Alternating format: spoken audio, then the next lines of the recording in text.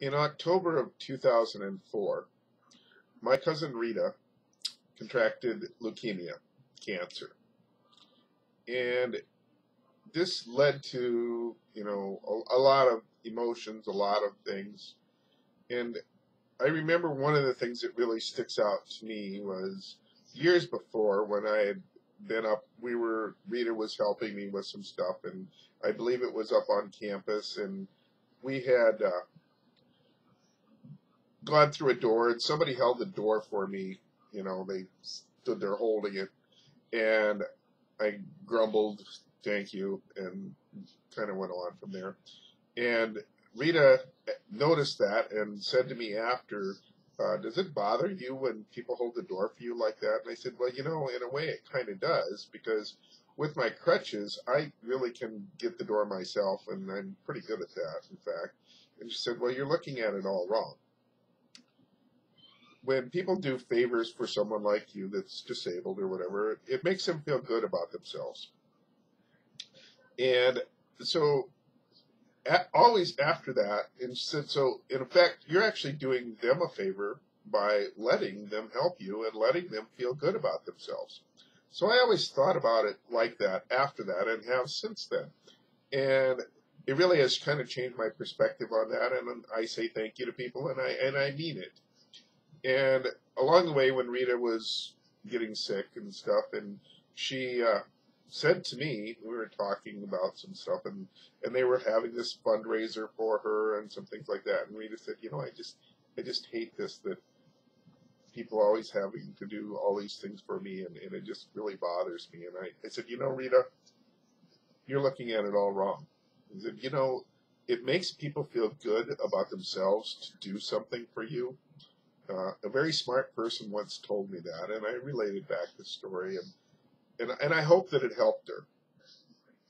Along the way, there were some ups and downs with Rita and her treatments and stuff. She went through radiation, and I always thought that it was kind of my job to try and make her at least smile whenever I called her or was there or talked to her or whatever. And I remember when she went through radiation, I told her, "Now when you're doing that, think of beam me up, Scotty. There's no intelligent life down here." And just little things like that. She ended up having a bone marrow transplant in January the following year, and things seemed to be going from her brother Chris. In fact, seemed to be things seemed to be going rather well, and she was, gone through the treatments and everything, and there were some other treatments she had to go through and things like that, and she seemed to be doing rather well. Her hair was growing back, and I remember we went camping that summer, and she really was in good spirits. She was kind of put off a bit because she wasn't able to go swimming, certainly not in the lake when we were camping because of infections and stuff, and which in a way was kind of a benefit for me because it allowed me to sit there, and I sat and talked with Rita quite a bit that summer. And when we went camping, I spent a lot of time just sitting and talking to her about things in life and stuff like that. Uh, that fall, then towards fall in August, they found another kind of a growth, and it was kind of they weren't sure. They stopped the treatments that she had been going through, where there was filtering her blood and doing some things, and it really caused some real issues and some real problems. And somewhere in the first week or so of September, the doctor told her there really wasn't any hope. And at that point, some things happened, and again, her friends came together, and they knew that things bothered Rita, like helping her, and she'd always wanted to go to Disneyland. And so a bunch of her friends and family got together and donated money to send her and her children, which was Autumn and Brooklyn and Jeff, her husband, to Disneyland. All kind of a first class, all expenses paid kind of thing. And we convinced her that it was some rich benefactor in Sioux Falls that had done it, when in fact it was all of us. Uh, it's probably one of the greatest things, one of the best things up to that point that I was part of, because it really did, make her happy, and was kind of like the Make-A-Wish kind of a thing. And after that, she came home, and and things went kind of downhill, but she was hanging on because Rita was a real fighter. And as time went by, and I remember having a number of conversations with her, and I would get down there whenever I got a chance. They lived in Harrisburg. And it just, a lot of things that I got from Rita, she always made everybody feel special, even when she was so sick. And you would go there and she would ask you about your life. And when you talked to her on the phone, she would just perk up. And anyway, things were going downhill, but then her brother Chris was getting married out in Virginia, I think, and she kind of really wanted to go to that. Well, talked to the doctor, and they started her on fluids again, and it really made a big difference right away, and managed to find a good mobile home that she could ride out there with. It had good air ride suspension and was comfortable and stuff. And she went, and it went well. And she came back, and she was feeling much better. And it was really kind of an interesting how things had changed. But she started getting jaundice from the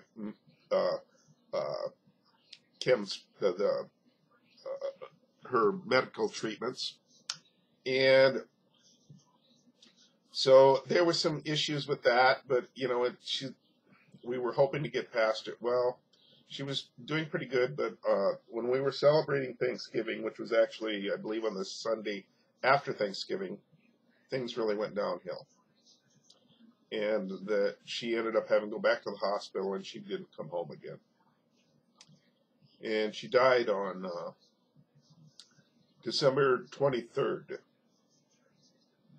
was really kind of a tough thing for a lot of us. Certainly for me it was.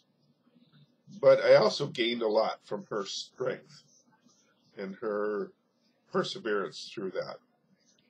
That next summer, I was taking Mary, her sister Mary, and Mary's couple of her daughters.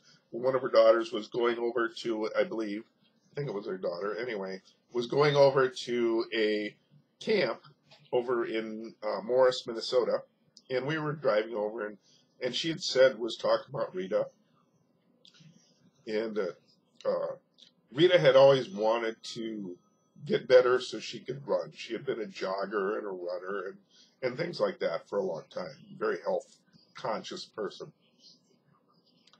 And Mary had the idea, asked me about, what if we had a Run for Rita? And I said, I think it's a great idea.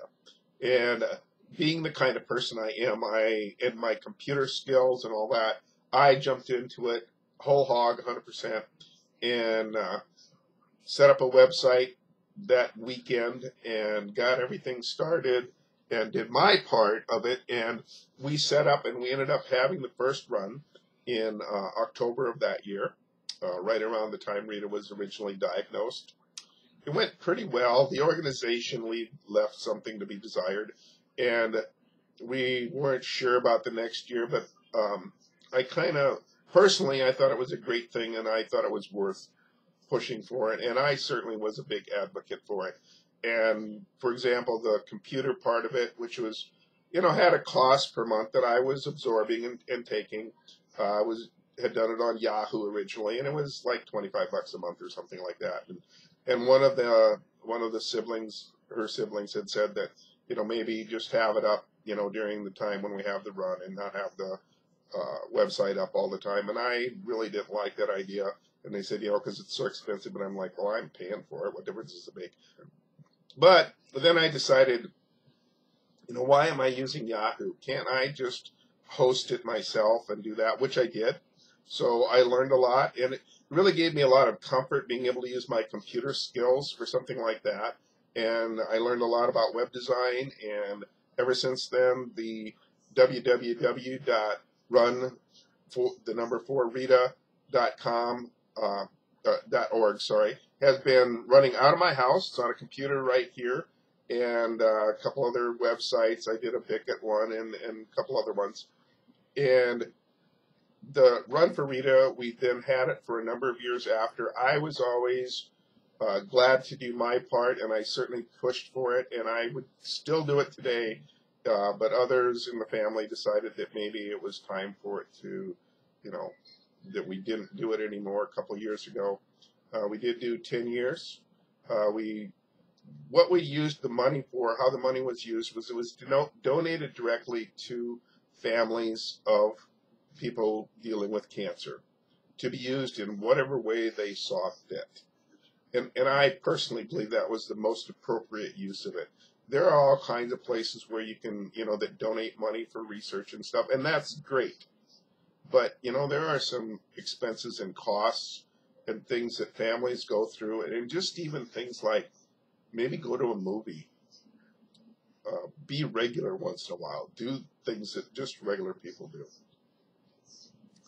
And so Run for Rita has been really a strong part of, an important part of my life. And also the book, when I finally wrote this book that these videos are all about, Normal for Me, what really pushed me to make it happen and to actually do the book and make it be something was my inspiration, Rita, who I have dedicated the book to.